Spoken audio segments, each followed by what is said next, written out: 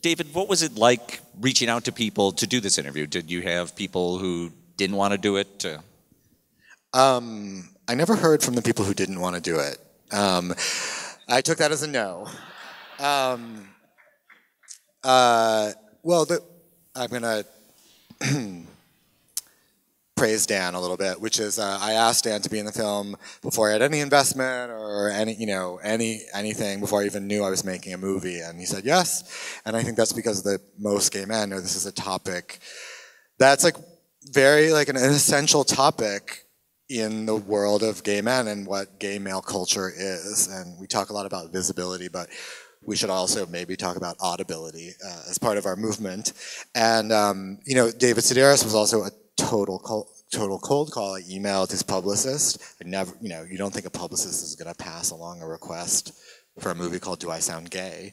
And 2 days later he emailed and said, this sounds amazing, I'd love to be a part of it. And again, I think it's because this is something that's never been talked about, and my friend Alberto says, we all know about this, but we've never talked about it. And I think Dan... There is some talk about it in Gayland, and it's usually very negative. Yeah, always. The phrase that you sometimes hear when gay people talk about it is, he opened his mouth and a purse fell out. And I find that, but I think I'm a little bit of an outlier. I get that question from gay people, like, oh, I'm into him, but he sounds too gay. And I've always liked guys who sounded really gay. I find the gay voice hot, and that makes me a bit of an outlier, I guess, in Gayland. Like, whatever, there's a whole range of effeminate men, but when when Dan says something like, I think it's hot when someone sounds effeminate, like I would think for every effeminate man in this room, that feels good, because that's the opposite of the message that you hear. And we've talked about this a lot, but one reason it is hot and it is attractive is because it takes a lot of balls to be yourself and to be effeminate. And on somebody, it can be confidence, which like never occurred to me, that the gay voice, owning your gay voice was actually like hot. Well, look at that Zach boy in the movie.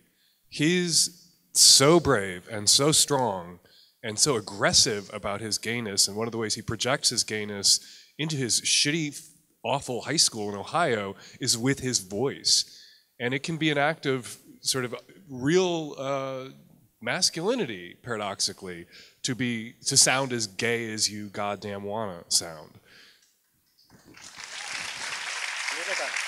We need a power salute. Can somebody invent a gay power salute? That would please? be this. Okay.